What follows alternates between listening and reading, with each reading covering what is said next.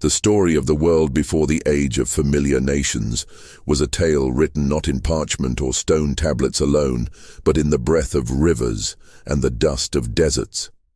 Civilizations were young, and the peoples of Mesopotamia were just beginning to experiment with kingship, cities, and the dream of power that stretched beyond a single valley or tribe. This was a time when gods were thought to walk the earth in the shadows of ziggurats, when every bolt of lightning carried the whisper of divine will, and when the ambitions of men first dared to reach beyond the horizon. Out of this world, older than empires yet restless with human ambition, came the rise of the Akkadian Empire. The first true empire, the seed of all that would follow, the prototype of dominion. Before the Akkadians, Sumer was a patchwork quilt of city-states. Each city, Uruk, Ur, Lagash, Kish, Eridu, was a world unto itself, ruled by a king who claimed divine mandate, guarded by walls that defined its power, and sustained by canals that fed its people. But this mosaic of Sumer was fragile, bound by rivalry as much as kinship. War was constant, shifting alliances frequent, and the dream of unity flickered only briefly before being extinguished in the fires of conflict. Kings might claim lordship over all Sumer, but their reach rarely extended beyond a few neighboring cities. Then came a man whose legend would echo for millennia, a man who rose from the most unlikely of origins to bind Sumer and beyond under one crown. His name was Sargon. The tale of Sargon of Akkad is wrapped in both myth and history, and it begins like a story of destiny whispered by the gods themselves. He was said to have been born the son of a priestess, his father unknown. In secret, his mother placed the infant in a basket and set him adrift upon the river. Like the future Moses, like so many legendary founders cast into the waters of fate, he was discovered by a humble gardener and raised in obscurity, yet destiny refused to be denied. He rose in the service of the king of Kish, first as cupbearer, then as a trusted servant. But ambition and talent were his weapons, sharper than any sword, and soon he cast down the king he once served. From that moment, Sargon seized the crown, not only of Kish, but of history itself. With his new throne, Sargon of Akkad did not settle for ruling a single city. He dreamed of something greater, a dominion that spanned all Sumer, uniting its rival cities under a single banner. One by one he moved against his neighbors. Uruk fell, its famed king defeated. Ur followed, then Lagash, then Umma. Cities that had once boasted of their ancient kingship bowed to the authority of Akkad. Yet Sargon was not content even then. He pushed his conquests beyond the Tigris and Euphrates, marching into Elam in the east, subduing lands that had long been enemies of Sumer. His armies pressed north into the foothills of Anatolia, west toward the Mediterranean coast, and south deep into the heart of Mesopotamia. For the first time in human history, one man ruled not a city-state, not a valley, but an empire. The empire of Sargon was unlike anything the world had seen. He established Akkad, a city whose exact location remains lost to us, as his capital, the beating heart of his dominion. From here, roads spread like veins across the empire, carrying messengers and soldiers to distant provinces. Governors loyal to Sargon replaced the independent rulers of conquered cities, ensuring that the Akkadian king's word was law from the Persian Gulf to the Levant. Tribute poured into the capital, grain from fertile fields, timber from distant mountains, silver and copper from foreign mines. For the first time, the wealth of many lands flowed into one center, creating a hub of power that could command resources on a scale unimaginable to earlier kings. But conquest alone does not create an empire. It must also be bound together by culture and belief. The Akkadians, though distinct from the Sumerians, embraced and adapted their traditions. Sargon understood the power of religion. He claimed divine favor, presenting himself as chosen by Ishtar, goddess of war and love. This was not merely arrogance, it was strategy. By aligning himself with the gods revered by Sumerians, he legitimized his rule in the eyes of the people. At the same time, the Akkadian language began to spread across the empire, gradually supplanting Sumerian as the common tongue of administration. This was more than conquest. It was integration, a weaving of diverse lands into a single imperial identity. The army of Akkad became the model for future powers. Sargon maintained a standing force of thousands, professional soldiers who owed their loyalty not to a city, but to the empire itself. They were equipped with composite bows, spears, and copper weapons, trained to march across deserts and mountains alike. This permanent military presence allowed Sargon to strike swiftly at rebellions and expand into new territories. The image of the Akkadian king as an unstoppable conqueror spread across the land, inspiring both awe and fear. Yet no empire is without its trials. The very scale of Sargon's dominion made it vulnerable. Rebellions flared constantly in the outer provinces. The distant Elamites resisted. The cities of Sumer occasionally rose against their overlords, and the strain of maintaining control across such vast lands was immense. Sargon spent much of his reign on campaign, quelling uprisings and reaffirming his rule through sheer force of will. He reigned for decades, and though his empire sometimes trembled, it did not collapse while he lived. His name became legend, a symbol of empire itself, remembered in Mesopotamian chronicles for centuries as the first great king of the world. When Sargon finally died, the Akkadian Empire did not vanish overnight.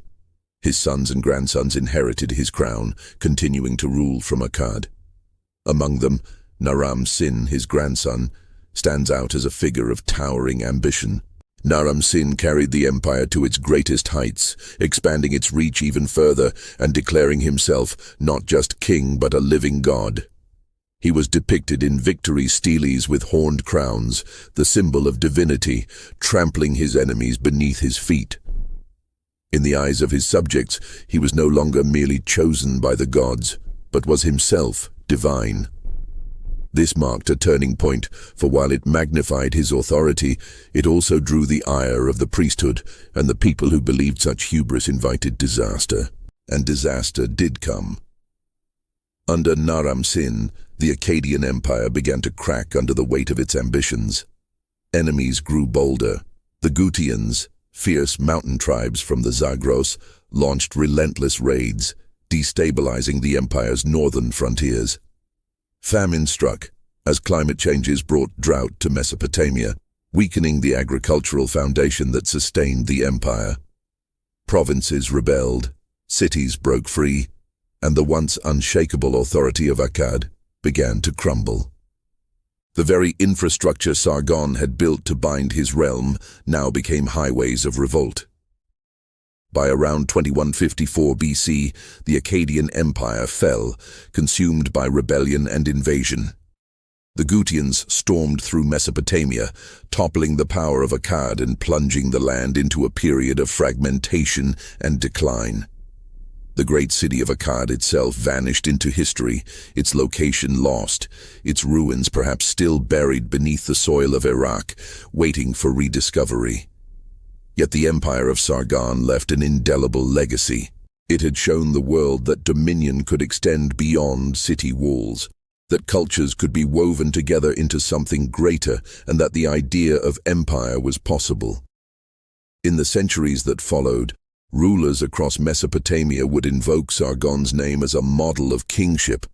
His reign was remembered as a golden age, a time when one man had united the lands between the rivers under a single crown.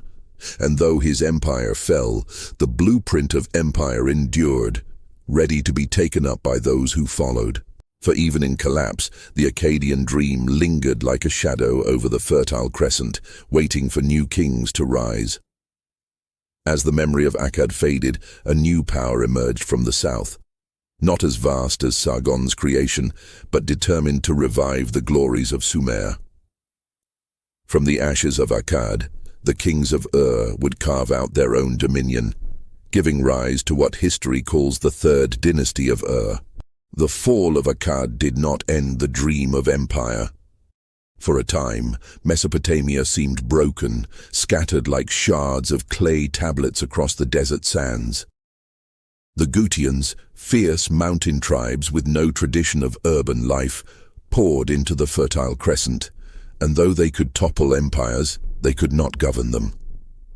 The cities of Sumer, once great centers of art, religion and writing, lay weakened but not destroyed.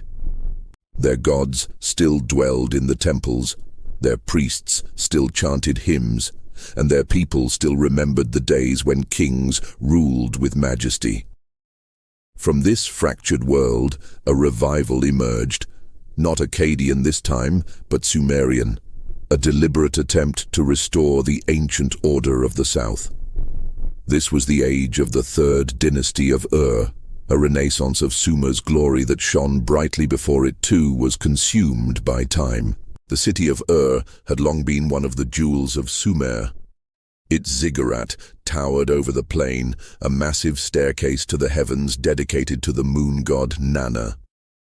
By around 2112 BC, Ur found its champion in a king named Ur-Nammu.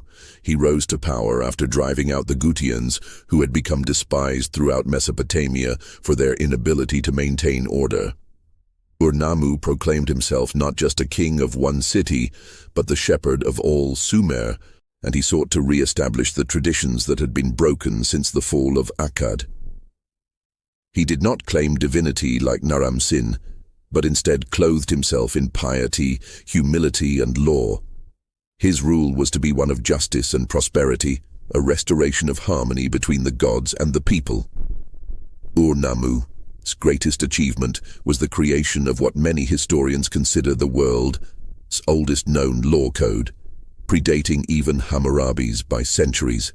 These laws were carved into tablets, a system of justice meant to protect the weak from the strong, to regulate society through order rather than arbitrary violence. They addressed property disputes, punishments for theft, rules for marriage, and penalties for bodily harm. Though fragments alone survive, they reveal a king deeply concerned with fairness, who sought to present himself as a guardian of divine justice. In this, Ur-Nammu's legacy extended beyond conquest or monuments. He gave the world the idea that law could bind society together. But Ur-Nammu was not only a lawgiver. He was also a builder, and the monuments of Ur-3 reflected a revival of Sumerian religious devotion. The great ziggurat of Ur, rising in tiers toward the sky, remains one of the most iconic structures of Mesopotamia. It was more than an architectural feat. It was a statement that the gods still watched over Sumer, that human labor could bridge earth and heaven, and that Ur was the chosen city of the divine. Across Mesopotamia, temples and canals were restored, agricultural systems repaired, and trade networks re-established. The empire of Ur was not as expansive as Akkad's had been, but it was orderly, prosperous, and deeply rooted in the cultural traditions of Sumer. Ur-Nammu's reign ended in battle, cut short by violence, but his dynasty endured. His son Shulgi inherited the throne and carried the empire to its greatest heights. Shulgi reigned for nearly half a century, and his rule combined military strength with cultural flourishing. He expanded the empire's borders, secured trade routes, and reorganized administration to ensure efficiency. Shulgi's bureaucracy was intricate, with governors, tax collectors, and scribes recording the flow of goods, labor, and tribute. From barley harvests to temple offerings, everything was counted, written, and stored in archives. To historians, this flood of clay tablets has provided an unparalleled window into daily life in Mesopotamia, evidence of how an empire was managed not just by the sword, but by the stylus pressed into wet clay. Shulgi also cultivated the image of a king touched by divinity. Hymns written in his honor describe him as a godlike figure, wise, just, and strong. He presented himself as a scholar, a musician, a warrior, and a patron of temples.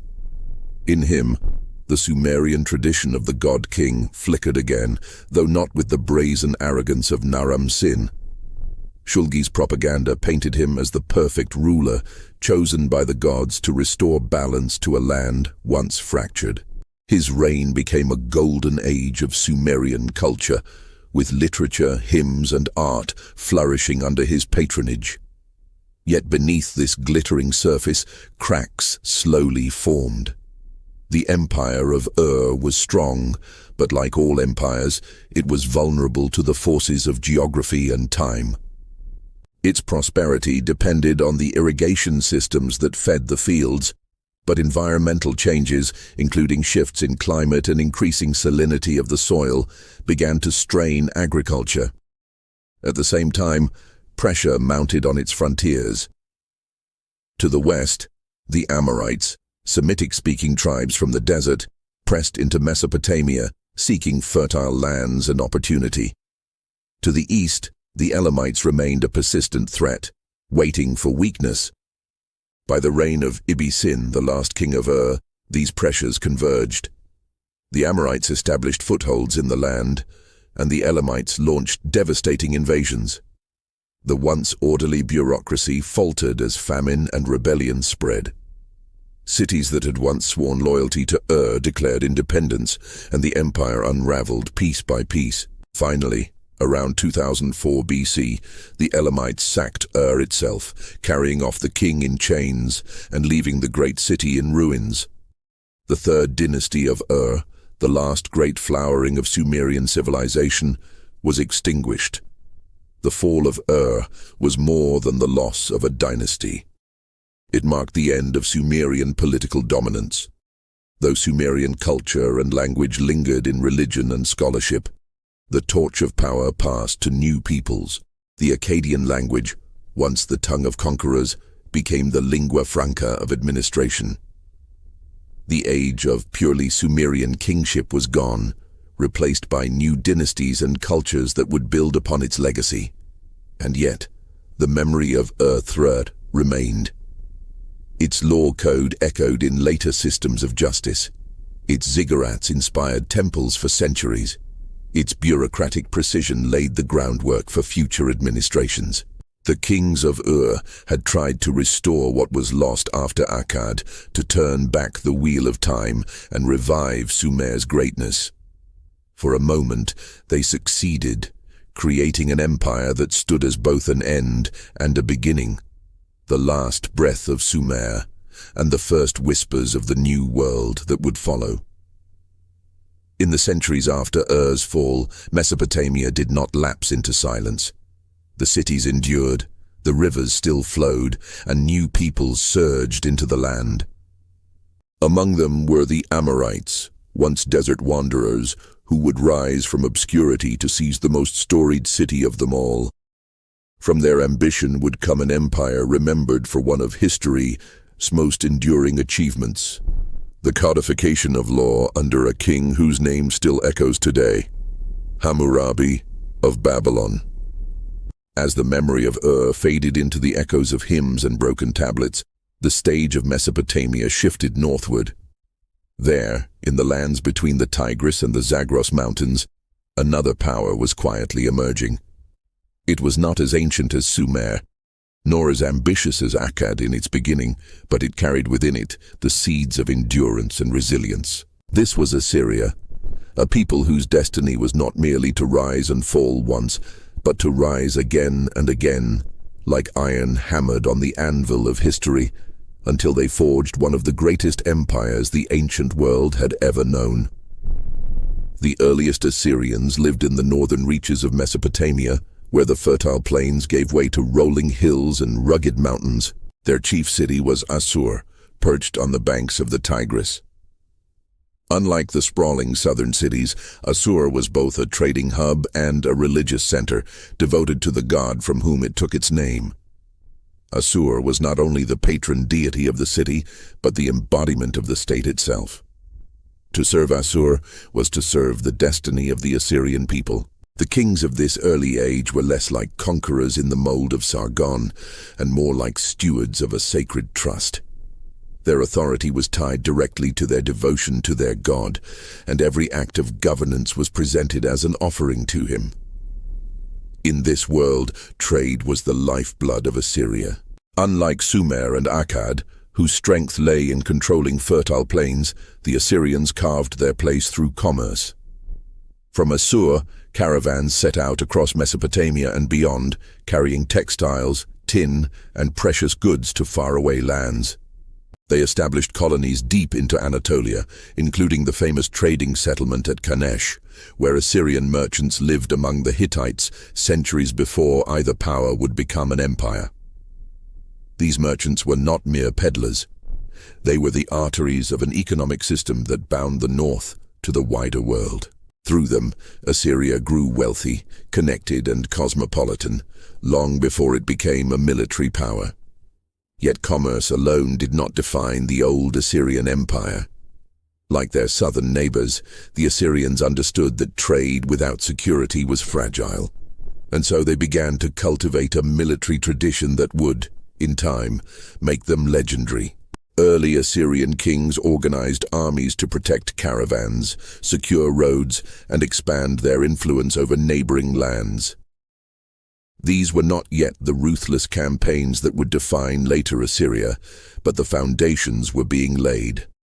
Small conquests, tribute from neighboring tribes, and fortified cities gave the Assyrians the confidence to think beyond trade.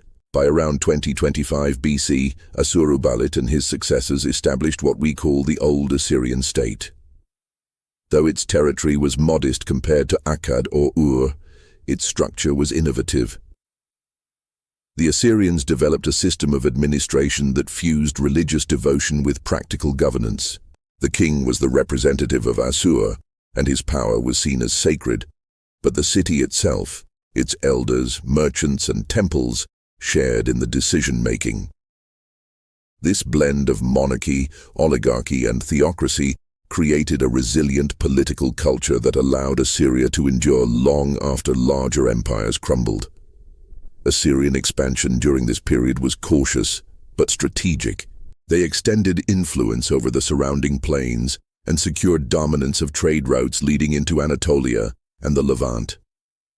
Their caravans brought not only goods, but also ideas, languages, and cultural exchanges.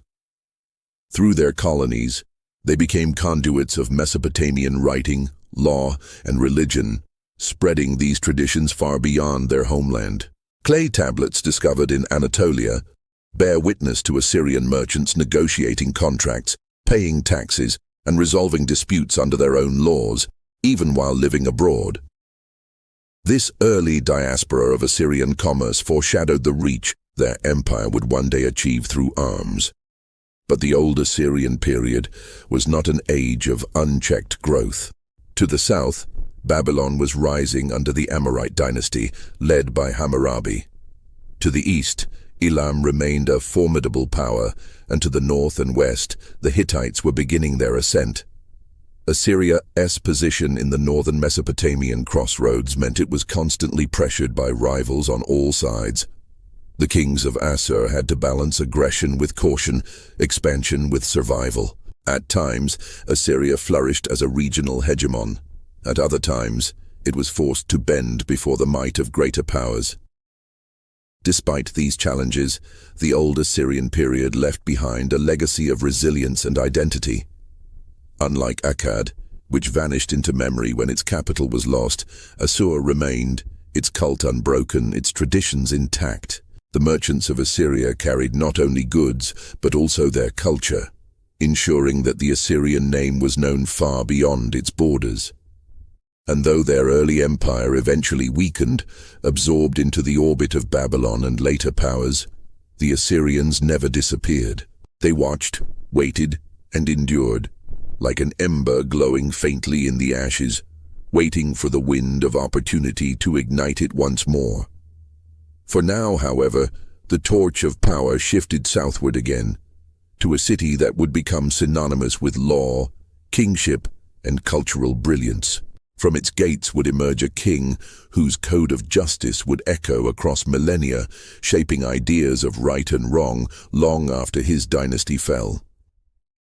The old Assyrian kings had prepared the stage, but it was Babylon's time to ascend under Hammurabi, the lawgiver of the ancient world. South of Assyria, where the twin rivers bent through fertile floodplains, a city was quietly rising to prominence. Its name was Babylon. In earlier centuries, it had been little more than a provincial town, overshadowed by the grand cities of Uruk, and Kish. But the tides of history often lift the unexpected, and Babylon's moment was approaching. By the 19th century BC, the Amorites, Semitic tribes once dismissed as wanderers and raiders, had carved out kingdoms across Mesopotamia. Among them, Babylon emerged as the brightest flame. From these Amorite rulers came a man whose name would echo longer than the towers of his city, remembered for his laws, his conquests, and the enduring image of justice, Hammurabi. When Hammurabi ascended the throne in 1792 BC, Babylon was not yet a superpower. It was one among many Amorite-ruled cities vying for dominance in the shifting landscape of Mesopotamia. The south was fragmented, and great powers contested the fertile crescent. Elam threatened from the east, Larsa challenged in the south, and Assyria pressed from the north. Hammurabi inherited a kingdom in a precarious position, yet he was patient, shrewd, and determined. He began not with reckless campaigns, but with careful diplomacy, forging alliances, building infrastructure, and consolidating control over his immediate neighbors. For the first decades of his reign, Hammurabi's Babylon was more builder's workshop than battlefield. He strengthened the walls of his city, improved canals to ensure irrigation, and restored temples in honor of the gods. He understood that power rested not only on the sword, but also on the prosperity of the people and the favor of the divine. By presenting himself as both protector and servant of the gods, Hammurabi secured loyalty at home while preparing for expansion abroad. Then, as the balance of power shifted, Hammurabi struck. With alliances carefully crafted and rivals weakened by wars of their own, he unleashed a series of brilliant campaigns. Step by step, city by city, he extended Babylon's reach. Larsa fell, bringing under his control the rich farmlands of the south.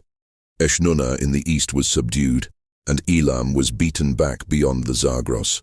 Assyria too bowed before Hammurabi's advance. By the end of his conquests, Hammurabi ruled all of Mesopotamia, from the marshes of the Persian Gulf to the northern plains. For the first time since Sargon of Akkad, one man commanded the land between the rivers, and the name of Babylon was known across the world. But Hammurabi's fame rests not only on his conquests. His most enduring legacy is the Code of Hammurabi, a body of laws inscribed on a black basalt stele that has survived the ages. At its top, the king is depicted standing before Shamash, the sun god of justice, receiving authority to rule. Beneath this divine image stretch nearly 300 laws covering crimes, contracts, marriage, property, and daily life. The principle of an eye for an eye, a tooth for a tooth, comes from these tablets, though the code was more complex than vengeance alone. It sought to establish order, to make the weak visible before the strong, to fix penalties and rights in writing, so that justice could not be bent entirely by power. The Code of Hammurabi was both law and propaganda. By inscribing his decrees in stone, Hammurabi declared himself not merely a conqueror, but a guardian of justice, chosen by the gods to bring order to humanity. The stele was placed in public for all to see, though literacy was rare. It was the symbolism that mattered. The king's word was eternal, carved into the living rock, as permanent as the sun god's light. Future rulers would emulate this act, but none would achieve quite the same immortal reputation. Hammurabi became the archetype of the lawgiver, a role remembered in cultures far beyond his own. Under Hammurabi, Babylon flourished as a cultural and economic hub. Canals irrigated vast fields of barley and wheat, sustaining a growing population. Temples honored the gods with hymns, offerings, and rituals that bound the community together. Astronomers studied the heavens, while scribes recorded trade, taxes, and poetry in the cuneiform script inherited from Sumer. Babylon was no longer a provincial city, but the beating heart of Mesopotamia, a center of both power and culture. Yet Hammurabi's empire, like Akkad before it, was fragile beneath the weight of its grandeur. After his death in 1750 BC, the unity he forged began to fray. His successors lacked his brilliance, and the provinces he had conquered grew restless. New powers rose beyond Babylon's borders, the Hittites in Anatolia, the Kassites in the Zagros, and the delicate web of alliances and tribute unraveled. In 1595 BC, the Hittites under King Mursili I swept down into Mesopotamia, plundering Babylon itself in a sudden strike. Though they did not hold the city, their raid shattered Babylon's power, and Hammurabi's dynasty soon crumbled. From the ruins, the Kassites took control, ruling Babylon for centuries and preserving its prestige. But the age of Hammurabi was over. What remained was his code, his legend, and the memory of a time when Babylon was the center of the world. Even as other empires rose and fell, the name of Hammurabi endured, carried forward by scribes, priests, and conquerors who saw in him the ideal of kingship, strong in war, wise in law, and faithful to the gods. But Mesopotamia was not alone in shaping the destiny of the ancient world. While Babylon reached its peak, another people in the rugged highlands of Anatolia were gathering strength. They would master iron, clash with Egypt, and carve out an empire that rivaled the greatest of their age. They were the Hittites, and their power would challenge even the might of pharaohs. While Babylon rose and fell in the southern plains, the mountains and plateaus of Anatolia were stirring with their own ambitions. This was a land of forests and rivers, of fortresses perched on rocky hills, and of peoples hardened by the challenges of a harsher landscape. Out of this rugged country emerged the Hittites, a people whose mastery of war and diplomacy would place them among the great powers of the ancient world. Their empire was not born from fertile fields alone, but from the strength of stone, the resilience of iron, and the cunning of kings who knew how to bend both allies and enemies to their will. The origins of the Hittites stretch back to the 17th century BC, when a people speaking an Indo-European tongue migrated into Anatolia and established their stronghold at Hattusa. The site was well chosen, defensible, rich in resources, and strategically positioned to control trade routes that threaded through the region. From this fortress capital, the Hittites expanded, at first consolidating control over their Anatolian neighbors, then looking outward to the broader world. Their early kings were warriors and statesmen, skilled not only in battle, but also in weaving together the patchwork of tribes and territories that made up their realm. By the 16th century BC, the Hittites were already making their presence felt on the world stage. In 1595 BC, they struck into Mesopotamia, toppling the dynasty of Hammurabi in Babylon. Though they did not stay to rule the city, their raid announced that a new power had entered the contest for dominance. From then on, the Hittites stood among the great players of the ancient Near East, locked in a centuries-long struggle with Egypt, Mitanni, and Assyria for control of the Levant. What made the Hittites formidable was not only their armies, but also their innovations. They were among the first to harness the power of iron, a metal stronger and more durable than bronze. Though in these early centuries, iron was rare and precious, its symbolic importance was enormous.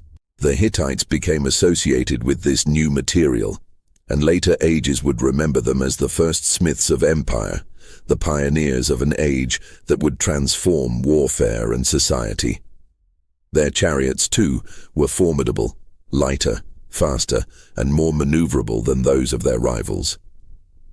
In the open plains of Syria, the thunder of Hittite chariots became a sound to inspire both fear and respect. The Hittite Empire reached its zenith under kings such as Suppiluliuma I, who reigned in the 14th century BC.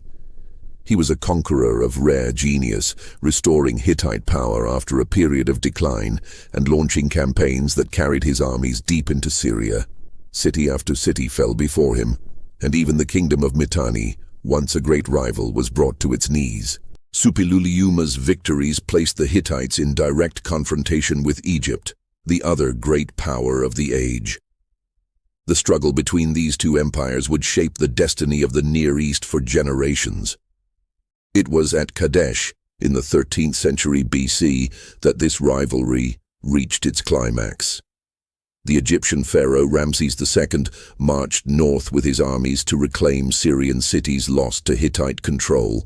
There, on the banks of the Orontes River, the might of Egypt and the strength of the Hittites collided in one of the most famous battles of antiquity.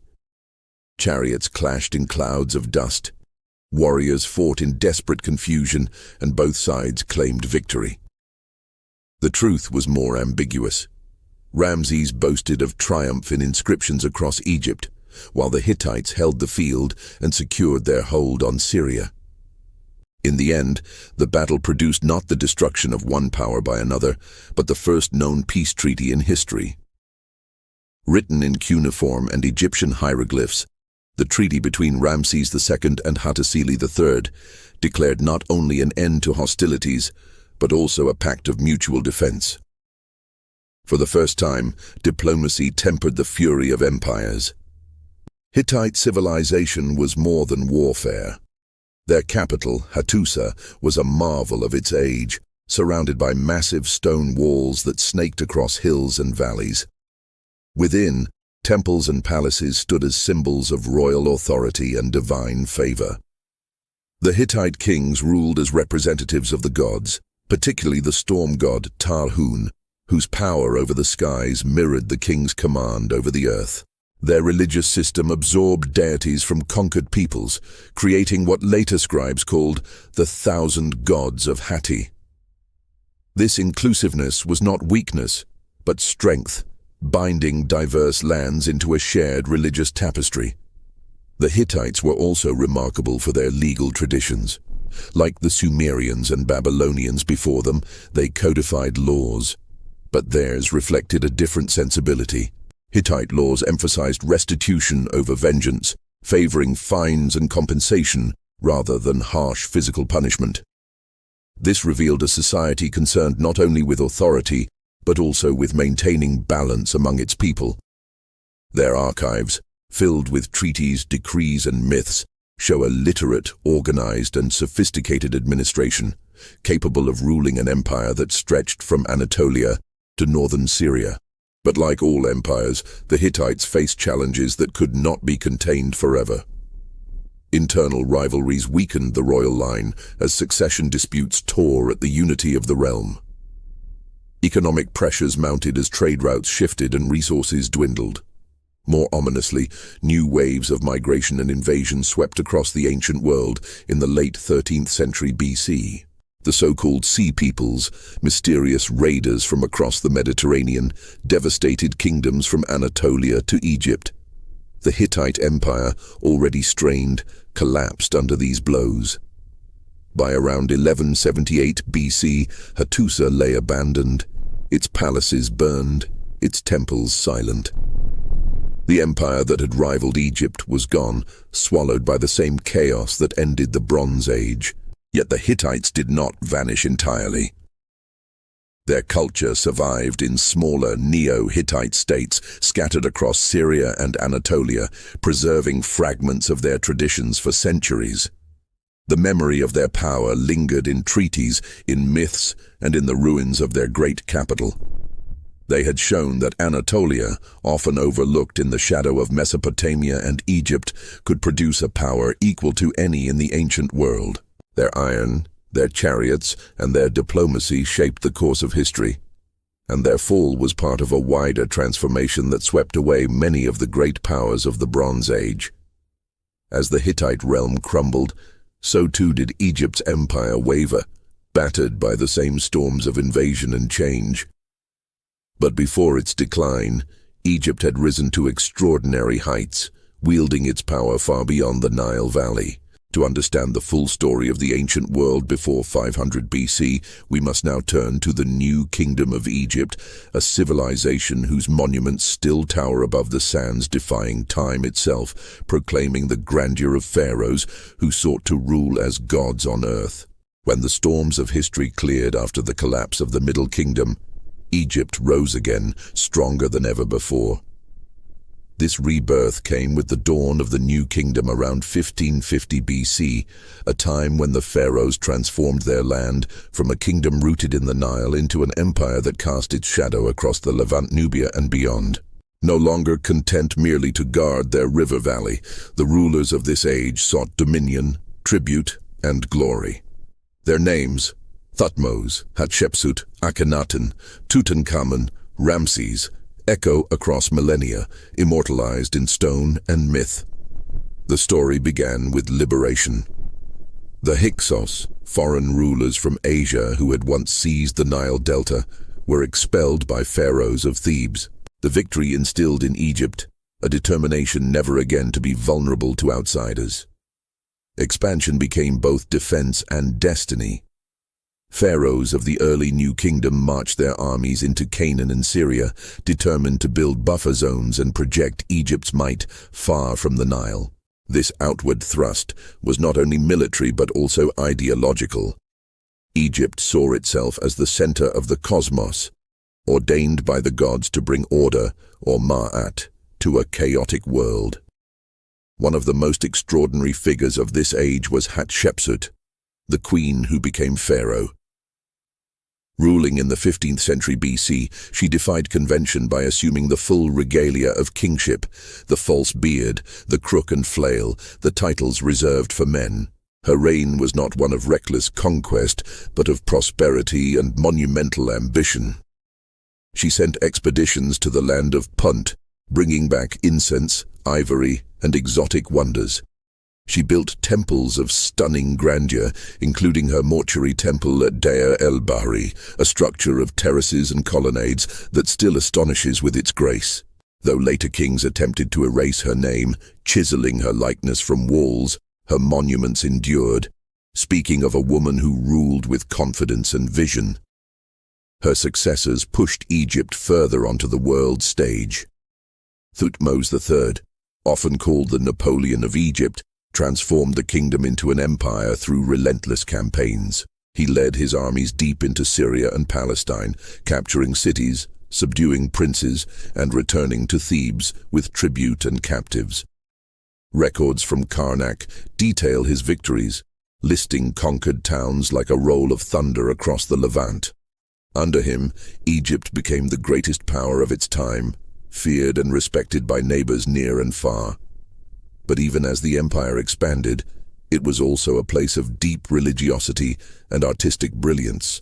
Temples at Karnak and Luxor were expanded on a monumental scale, with towering pylons and processional avenues lined with sphinxes. The pharaohs poured wealth into these sanctuaries, believing that their divine favor depended on honoring the gods with grandeur visible to all. Religion infused every aspect of New Kingdom life, yet it also became the stage for one of the boldest and strangest experiments in Egyptian history. That experiment came under Akhenaten, the heretic pharaoh. In the 14th century BC, he abandoned the traditional gods of Egypt and proclaimed Aten, the sun disk, as the sole deity. He built a new capital, Akhetaten, the horizon of the Aten, and filled it with art that broke sharply from convention, portraying himself and his queen Nefertiti in intimate, almost human scenes. To some, Akhenaten was a visionary monotheist, centuries ahead of his time. To others, he was a reckless ruler whose obsession destabilized Egypt. After his death, his reforms were swiftly reversed, his name excised, his city abandoned to the sands. Yet his reign remains one of the most fascinating episodes in ancient history, a glimpse of what might have been had Egypt followed a different path. The golden age of the New Kingdom reached its dramatic peak under Ramses II, known as Ramses the Great. His reign of 66 years in the 13th century BC was marked by both triumph and monumental ambition. He built on a scale unmatched by any other pharaoh, colossal statues, sprawling temples, and the great rock-cut sanctuaries of Abu Simbel, whose seated giants still gaze serenely over the Nile. Ramses sought to etch his presence into eternity, ensuring that all who came after would remember his greatness. But Ramses was also a warrior, and his fame rests in part on his clash with the Hittites at Kadesh. The battle was fierce, chaotic, and inconclusive. Yet Ramses immortalized it in inscriptions that portrayed himself as a hero, standing alone against waves of enemies. It was propaganda of the highest order, but it also revealed the new reality of the ancient world. Egypt was no longer uncontested. The age of single great kingdoms had given way to a world of rival empires, each testing the other's strength. The peace treaty that followed Kadesh symbolized this new balance of power, and Egypt, for all its grandeur, had to share the stage. The later New Kingdom pharaohs continued to build, to campaign, and to dazzle the world with their wealth. Temples glowed with gold, festivals paraded through avenues of statues, and the Valley of the Kings filled with tombs carved deep into rock, designed to guard royal bodies for eternity.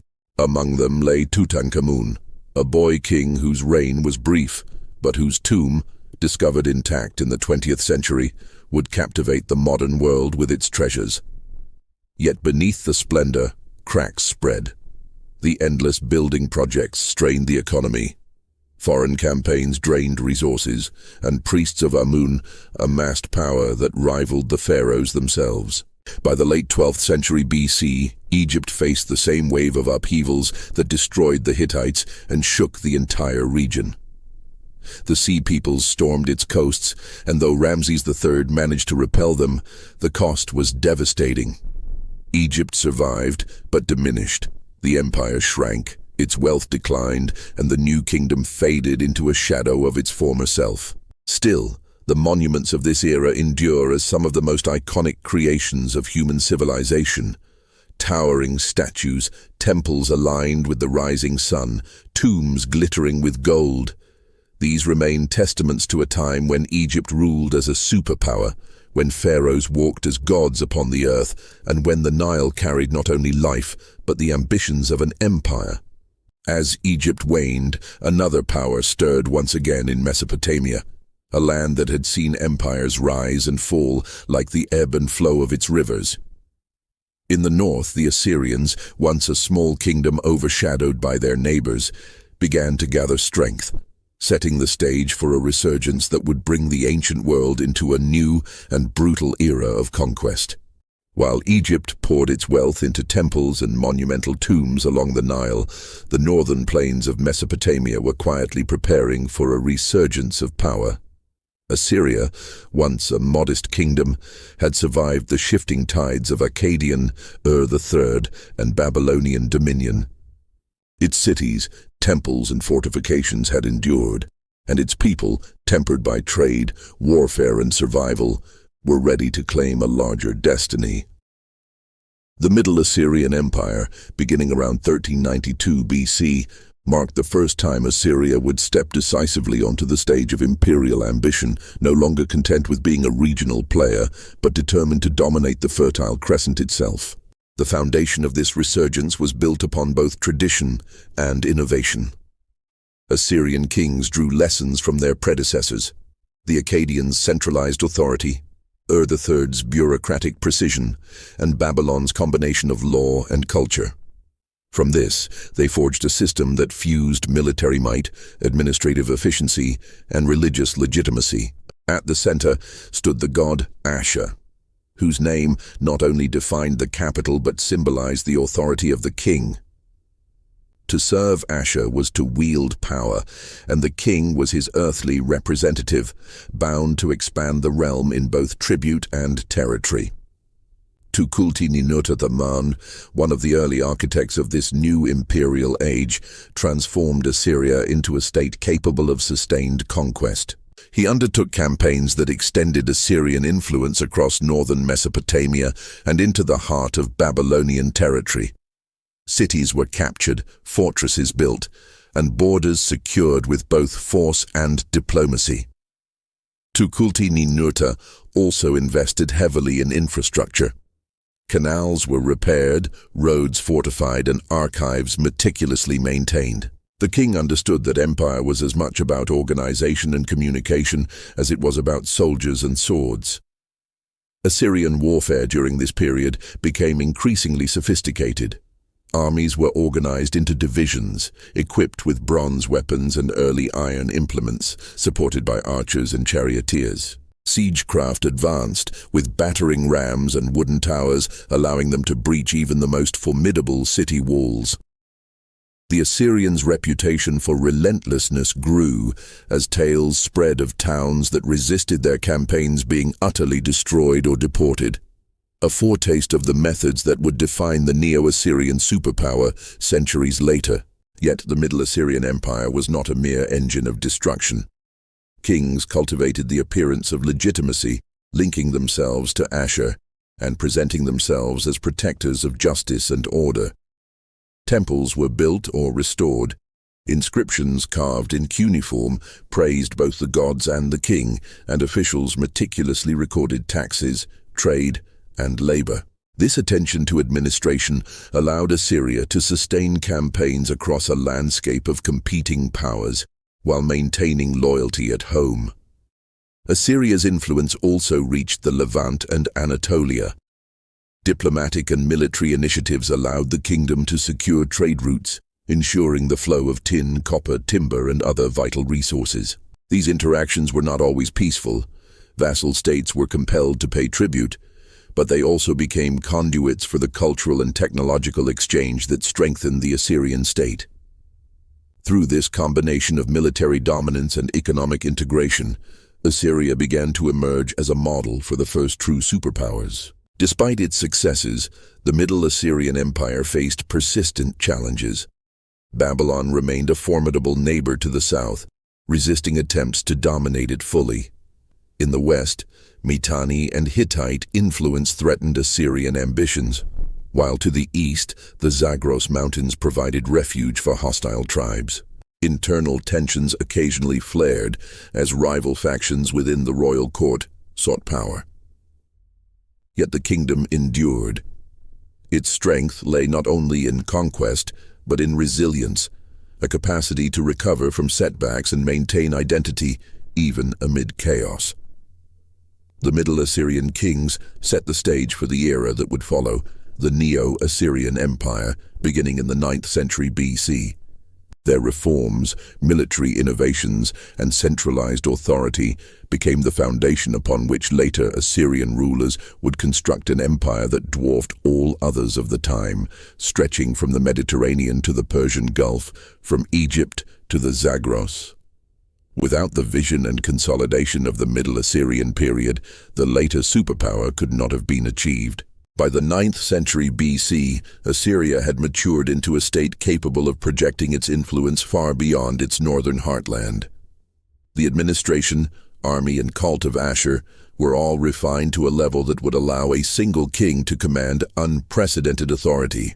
The world was ready for a superpower, and the stage was set for the rise of an empire whose ambition and brutality would become legendary, the Neo-Assyrian Empire. As the Middle Assyrian rulers strengthened their grip over Mesopotamia to the south, Babylon too would experience a revival. A new generation of kings would restore the glory of the city, culminating in a period of splendor and conquest under Nebuchadnezzar II, whose name would be remembered long after the collapse of empires. Between Assyria and Babylon, the ancient world was once again a theater of rising powers, preparing for a climax in which empires would clash, dominate, and leave legacies that shape the world even today. By the 9th century BC, Assyria had transformed from a regional kingdom into a state with imperial ambition. The foundations laid by the Middle Assyrian kings, a centralized bureaucracy, disciplined armies, and devotion to Ashur, allowed a new generation of rulers to pursue expansion on an unprecedented scale. This was the age of the Neo-Assyrian Empire, a superpower whose reach extended from the mountains of Anatolia to the deserts of Egypt, whose armies carved fear into the hearts of neighbors, and whose influence shaped the ancient Near East for centuries. The rise of this empire began with Ashurnasirpal II, a king of vision and ruthlessness. Ascending to the throne in 883 BC, he reorganized the army, instituting divisions of infantry, cavalry, and chariotry, each trained with precision and discipline. Under his command, the Assyrian army became an instrument of terror and efficiency, capable of moving swiftly across diverse terrain from the rivers of Mesopotamia to the hills of Syria. Ashurnasirpal's campaigns were both punitive and strategic. Cities that resisted his authority were destroyed or deported, while those that submitted became vassal states, paying tribute and providing soldiers for future campaigns. His capital, Kalhu, Nimrud, was transformed into a showcase of imperial grandeur, adorned with colossal statues, reliefs of conquering kings, and inscriptions glorifying both Ashur and the king who served him. Following Ashurnasirpal, Shalmaneser III expanded the empire further, confronting the kingdoms of Syria, Israel, and Aram. His annals, carved in stone, recount battles where the Assyrian army devastated enemies, seized spoils, and installed puppet rulers loyal to Ashur. At the same time, the empire became a hub of cultural and economic activity. Trade routes stretched from the Mediterranean to the Zagros, carrying tin, copper, textiles, and luxury goods that fueled both the economy and the display of royal power. Assyria's influence was felt not only in warfare, but in art, administration, and diplomacy, a network binding the ancient world together under its shadow. The real transformation, however, came with Tiglath-Pileser III in the 8th century BC. His reign marked the shift from an expansionist state to a true superpower. Tiglath-Pileser reformed the administration, dividing the empire into provinces governed by officials directly accountable to the king. Tribute and taxation became more systematic, enabling sustained military campaigns and monumental construction projects. The army was reorganized to incorporate cavalry and siege engineers, allowing the Assyrians to conquer fortified cities previously thought impregnable. Under his command, Assyria subdued Babylon, the Levant, and parts of Anatolia, asserting dominance over both Mesopotamian and Mediterranean worlds. The next generations of kings, including Shalmaneser V, Sargon II, and Sennacherib, pushed the empire to its maximum extent. Sargon II captured Babylon and relocated its population, consolidating Assyrian authority while demonstrating the empire's capacity for both destruction and control. Sennacherib famously besieged Jerusalem, reinforcing Assyria's reputation as a military juggernaut whose reach extended deep into the Levant. At the same time, the empire maintained its cultural identity through monumental architecture. Palaces adorned with bas-reliefs depicting battles, lion hunts, and the king's divine favor, reinforcing the ideology of supremacy and divine sanction. Perhaps the most famous of all Neo-Assyrian kings was Ashurbanipal, whose reign in the 7th century BC represents both the apex and the sophistication of the empire. Ashurbanipal was not only a warrior, but a scholar, founding the Great Library at Nineveh, which preserved tens of thousands of cuneiform tablets on history, literature, science, and administration. Through this library, the knowledge of Mesopotamia's millennia-long civilization was consolidated and transmitted for posterity. Under Ashurbanipal, Assyria reached its cultural and military zenith, simultaneously wielding the sword and the stylus, conquering lands while preserving knowledge. Yet the greatness of the Neo-Assyrian Empire rested on an uneasy balance. Its methods of rule, Relentless conquest, mass deportations, and terror as policy created fear but also bred resentment. Vassal states chafed under tribute, and internal rebellions occasionally erupted. The empire was vast, stretching from the Zagros Mountains to the Nile, and from Anatolia to the Persian Gulf, but its very size made it difficult to govern without a strong central hand. After Ashurbanipal's death, cracks began to appear. Civil war, coupled with resurgent Babylonians and Medes to the east, weakened the foundations of the once mighty empire. By 609 BC, the Neo-Assyrian Empire had collapsed. Nineveh, the glorious capital adorned with palaces and libraries, was sacked by a coalition of Babylonians and Medes. The empire that had dominated the ancient Near East for centuries was gone, leaving behind ruins, inscriptions, and legends of unparalleled power. The Neo-Assyrian kings had created the first true superpower, a state capable of projecting influence across continents, of wielding terror as an instrument of policy, and of preserving knowledge even amid conquest. Assyria's fall did not mark the end of Mesopotamian grandeur. To the south, Babylon rose again, under a king whose ambitions would eclipse those of any of his predecessors. Nebuchadnezzar II, the last great Mesopotamian emperor before the Persian conquests, restored Babylon to unrivaled splendor, building walls, temples, and the fabled Hanging Gardens, and extending his dominion across the Levant. The stage was set for the final chapter in the story of Mesopotamian superpowers before 500 BC, a tale of revival, grandeur, and the enduring human quest for empire. In the wake of Assyria's fall, the rivers of Mesopotamia carried the memory of empire, but the throne of power had shifted. Babylon, long overshadowed by both the Akkadians and the Assyrians, now rose from the ashes with renewed ambition. The Neo-Babylonian Empire, beginning in 626 BC under Nabopolassar, marked a final flowering of Mesopotamian civilization before the Persian ascendancy. Its cities would shine with splendor, its walls would intimidate all who approached, and its king, Nebuchadnezzar II, would achieve a legacy of conquest, architecture, and legend that endures to this day. Nabopolassar was a master of strategy and timing. When Assyria faltered, he seized the moment, uniting Babylonian forces with Medes and Scythians to strike at Nineveh itself. The fall of the Neo-Assyrian capital in 609 BC marked the end of a superpower that had dominated Mesopotamia for centuries. Babylon had emerged as the heir to the Assyrian legacy, inheriting both its territories and its ambition. But this new empire was not merely Assyria reborn. It was distinctly Babylonian, blending military might with cultural revival, religious devotion, and architectural grandeur. Nebuchadnezzar II, son of Nabopolassar, would become the emblem of Babylonian power. Ascending to the throne in 605 BC, he extended Babylonian control across the Levant, conquering Judah, Phoenicia, and large swaths of the Near East.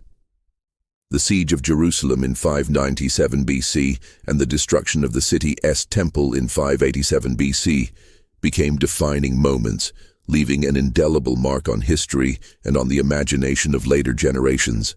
Through these campaigns, Babylon projected power not just through arms, but through awe, fear, and the careful orchestration of political dominance. Yet Nebuchadnezzar's greatness was not confined to warfare. He transformed Babylon itself into a city worthy of a king who ruled the world. The walls of Babylon were legendary, wide and tall enough to repel any army. The Ishtar Gate, adorned with lions and dragons, glimmered with glazed bricks under the sun, proclaiming the divine favor that safeguarded the city. Canals and aqueducts brought water to the parched plains, sustaining gardens, temples, and neighborhoods. Most famously, the Hanging Gardens, whether historical or legendary, symbolized the king's ambition to merge art, engineering, and paradise itself, creating a spectacle that would echo across the ages. The Neo-Babylonian Empire was a center of culture, religion, and administration. Temples dedicated to Marduk, the supreme god of Babylon, were restored and expanded, reinforcing the king's divine mandate. Scholars, astronomers, and scribes flourished, studying the heavens, recording omens, and preserving knowledge that had survived the centuries of conquest and collapse. Babylon was not just a city of walls and armies. It was a hub of civilization, where religion, culture, and politics intertwined in a sophisticated tapestry. Despite its grandeur, the empire's longevity was fragile. Nebuchadnezzar's successors lacked his vision and vigor. Internal dissent and weak leadership gradually eroded central authority. Beyond its borders, the Persian tribes were rising under leaders who would reshape the world in ways even Babylon could not anticipate. By 539 BC, the city that had conquered Jerusalem, whose walls had dazzled travelers, and whose gardens seemed to defy nature itself, fell quietly to Cyrus the Great. The Persians entered Babylon without battle, and the Neo-Babylonian Empire, the last great Mesopotamian superpower before 500 BC, came to an end. Yet the legacy of Babylon endured far beyond its political lifespan. The grandeur of its architecture, the sophistication of its administration, the cultural and religious achievements, and the memory of Nebuchadnezzar's reign continued to shape Mesopotamia and the wider Near East.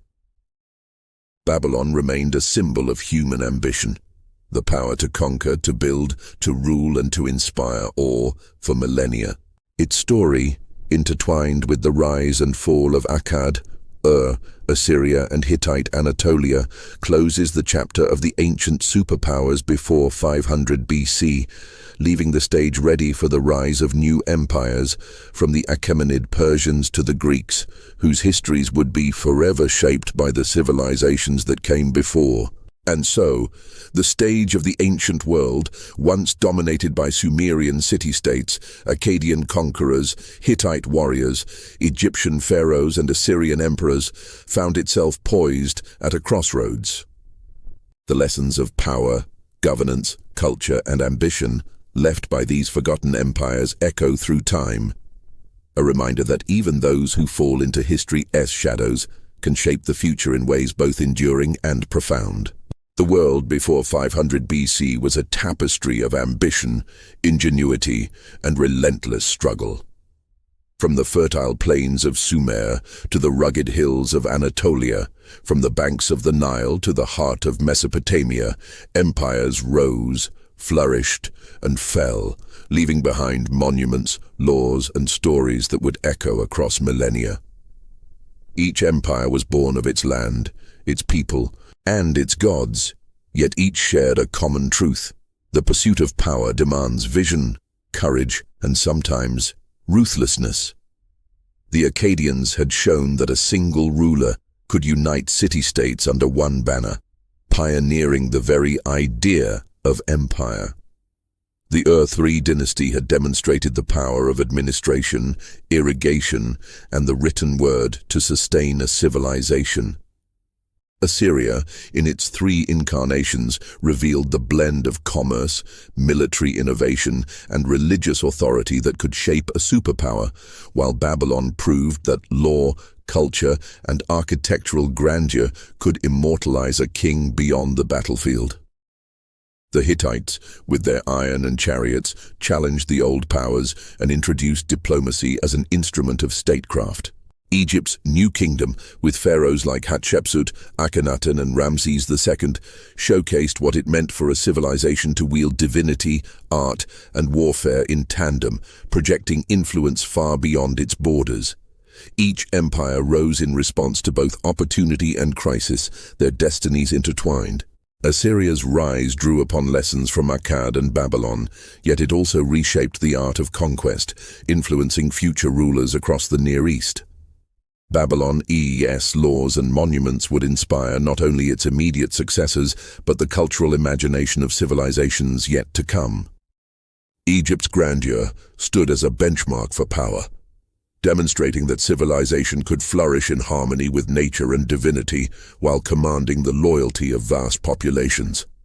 Yet none of these empires endured forever. Their stories remind us that power is fragile, that ambition can outpace the stability needed to sustain it. Invasions, Succession crises, economic strain, and shifts in trade routes all contributed to the fall of what once seemed eternal. And yet, in their ruins, in their tablets, in their temples and tombs, the achievements of these civilizations endure. They became the foundation for future empires. The Persians would rise from the east, the Greeks would learn from their neighbors, and the world would continue its ceaseless cycle of creation, conquest, and transformation. As we look back at the Akkadians, the Babylonians, the Assyrians, the Hittites, and the pharaohs of Egypt, we see more than armies, walls, and conquests. We see the story of humanity itself, a story of ambition, ingenuity, faith, and resilience. These empires, often forgotten or overshadowed by later powers, shaped the world in ways that remain with us today, from the principles of law and governance to the spread of writing, trade, and culture across continents. Their rise and fall were not the end of history, but the beginning of a pattern, a rhythm of civilization that would repeat across centuries. The echoes of their triumphs whisper through time, reminding us that even when empires crumble, their legacies endure.